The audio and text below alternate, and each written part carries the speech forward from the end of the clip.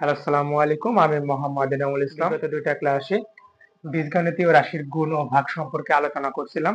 মানে বেসিক শেষ করছি, বেসিকের পাশাপাশি উদাহরণ ম্যাথগুলো কমপ্লিট করছি।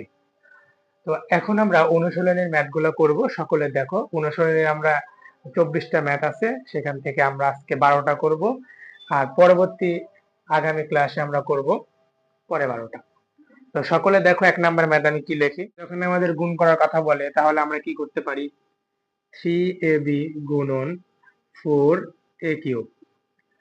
তো ম্যাথের ক্ষেত্রে আমরা কি বলছিলাম যে সংখ্যাগুলোকে এক জায়গায় করলে তাহলে কথা হবে 3 গুণন 4 গুণন, তাহলে এখানে a, তাহলে এখানে কোনটাই আছে? a কিউব আছে, প্লাস শুধুমাত্র কি আছে? b।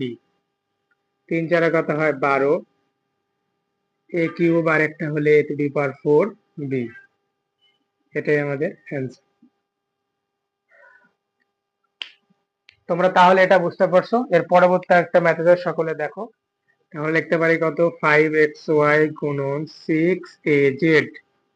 তাহলে কি লিখতে পারি? 5 গুণন 6 x, একটা আছে x লিখলাম, y সহ কয়টা আছে? একটাই আছে, এখানে এদিকে y নেই, তাহলে শুধু আছে a গুণন z।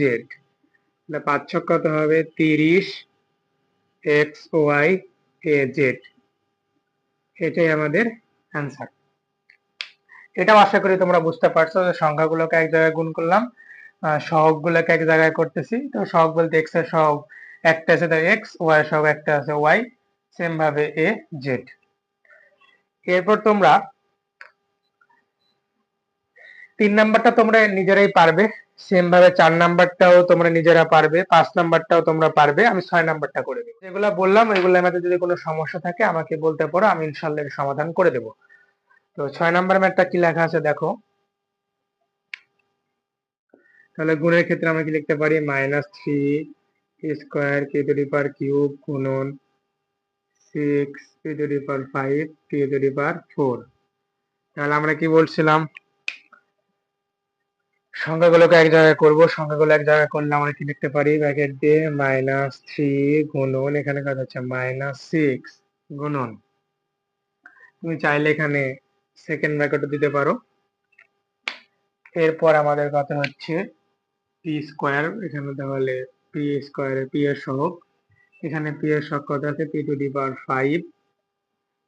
এরপর আছে এখানে কিউব 3, এর পাশে আছে কিউব 4। তাহলে আমাদের মাইনাসে মাইনাসে কি হয়? প্লাস। 3 6 কত হয়? 18 পি স্কয়ার, আর হচ্ছে পি টু দি পাওয়ার 5, তাহলে কত হবে? P to the power 7। Q আর 4 করলে কত হয়? Q to the power 7। এটাই আমাদের অ্যান্সার। তোমরা যারা এখন পর্যন্ত আমার প্রথম ক্লাস করতেছো, তারা আমার বিগত দুইটা ক্লাস আপলোড দেওয়া আছে ইউটিউবে, তোমরা সকলে দেখতে পারো। দেখবে যে আমি এসব সম্পর্কে সব কিছু নিয়ে আলোচনা করছি। এখানে পি টু দি পাওয়ার 7 কেন হলো, এখানে কিউ টু দি পাওয়ার 7 কেন। তো দুইটা ক্লাস করছো, তাদের সমস্যা থাকার কথা না। আর যদি কোনো সমস্যা থাকলে আমার সাথে যোগাযোগ করতে পারো, আমার হোয়াটসঅ্যাপ নাম্বার দেওয়া থাকবে।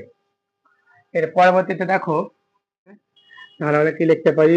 2x প্লাস 3y গুণন 5xy। তাহলে আমরা কি বলছিলাম যে বহুপদী রাশিকে একপদী রাশিতে যখন গুণ করব, তখন আমরা এই 5xy কে গুণ করব হচ্ছে 2x দ্বারা। তাহলে 2x দ্বারা যখন আমরা গুণ করব, তাহলে কি লিখতে পারি? 2 গুণন 5, এখানে x, তাহলে x এর সহগ এখানে কত আছে? এখানে x আছে, y, মানে x এর সবগুলো এক জায়গায় করলাম, y কে আলাদা করলাম। যদি y এখানে থাকতো তাহলে y লিখে দিতাম।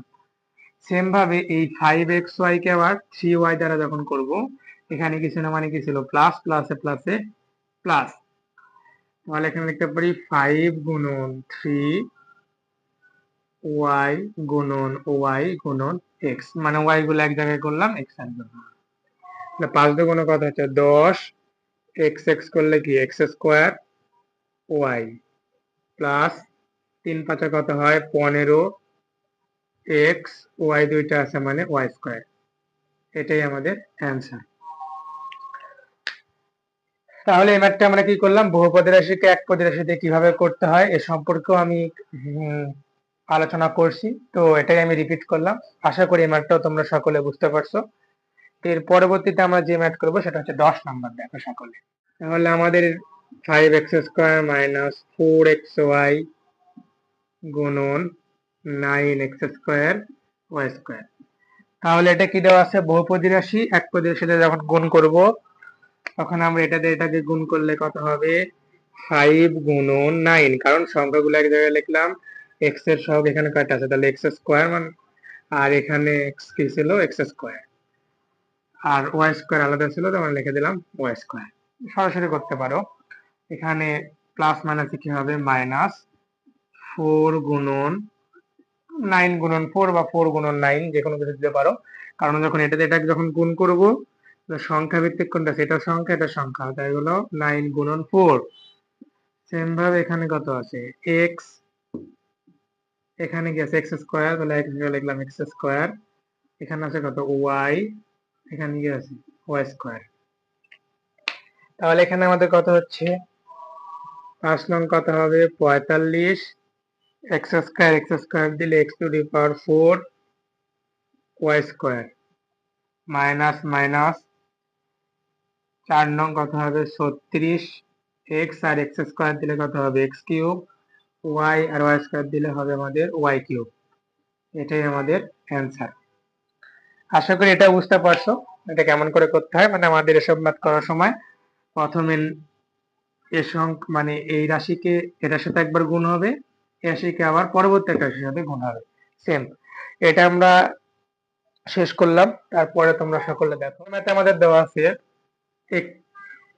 সবাই দেখো 12 নম্বর ম্যাথে আমাদের দেওয়া আছে x³ minus y³ plus 3xyz কমা x⁴ y, একে গুণ করার কথা বলছে। তাহলে আমরা কি লিখতে পারি, x³ y³ প্লাস 3xyz গুণন x⁴ y। তাহলে আমরা প্রথমে কি করব, x⁴ এর সাথে গুণ করব এটা। তাহলে দেখো এখানে আমাদের কি, এখানে 1 আছে, 1 আছে, পিছনে মানে 1 থাকে, এখানে কি আছে 1, তাহলে আর 1 গুণন 1 দেওয়ার প্রয়োজন নাই। তাহলে এখানে কি আছে আমাদের x³, তাহলে x³ গুণন, পুরোটা গুণ মানে কত আছে x³ y। তারপর এখানে প্লাস, এখানে মাইনাস, প্লাস মাইনাসে মাইনাস, এখানে আমাদের কি আছে y³ এর সাথে গুণ হচ্ছে কোনটা, x⁴ গুণন y, প্লাসে প্লাসে প্লাস। দেখো এখানে 3, পিছনে মানে কত ছিল 1, তাহলে 3 গুণন 1 গুণন x, গুণন x এর বলে x⁴ সাজায় লিখতেছি, y গুণন y লিখলাম, গুণন কত হবে z।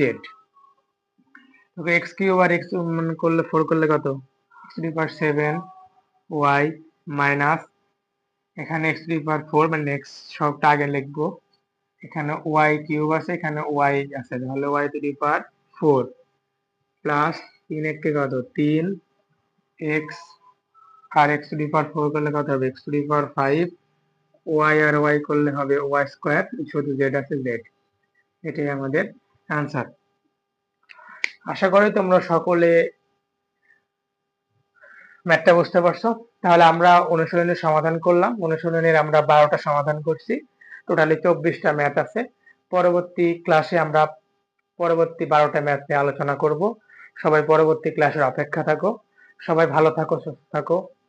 আমার ইউটিউব চ্যানেলকে সাবস্ক্রাইব করো এবং আমাকে সাপোর্ট করো। আসসালামু আলাইকুম।